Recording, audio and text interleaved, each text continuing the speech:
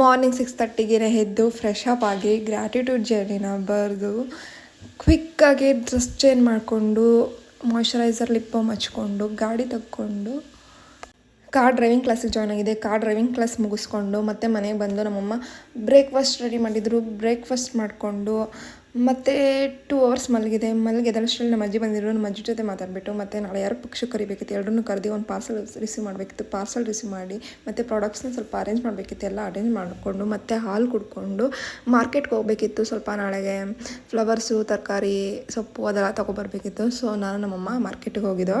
ಏನೇನು ಬೇಕೆಲ್ಲ ತೊಗೊಂಡು ಮಾರ್ಕೆಟಿಂದ ಮನೆಗೆ ಹೊರಟು ಅಲ್ಲಿಂದ ಬರುವಾಗ ಸ್ವೀಟ್ ತರೋದು ಮರ್ತೋಯ್ತು ಅಂತ ಗೊತ್ತಾಯಿತು. ಸೊ ಮತ್ತೆ ಮುಖ್ಯದಿಂದ ಬೇಕ್ರಿಗೆ ಹೋಗಿ ಸ್ವೀಟ್ಸ್ ಏನೇನು ಬೇಕು, ತಿಂಡಿ ಏನೇನು ಬೇಕು ತೊಗೊಂಡು ಮನೆಗೆ ಬಂದು ವೆಜ್ ರೋಲ್ ತೊಗೊಬಂದು ತಿಂದು ಮತ್ತು ಫ್ಲವರ್ ಎಲ್ಲ ಕಟ್ಟೋದಿತ್ತು, ಎಲ್ಲ ಕಟ್ಕೊಂಡು ಅಷ್ಟರಲ್ಲಿ ನಮ್ಮ ಅತ್ತೆ ಬಂದರು.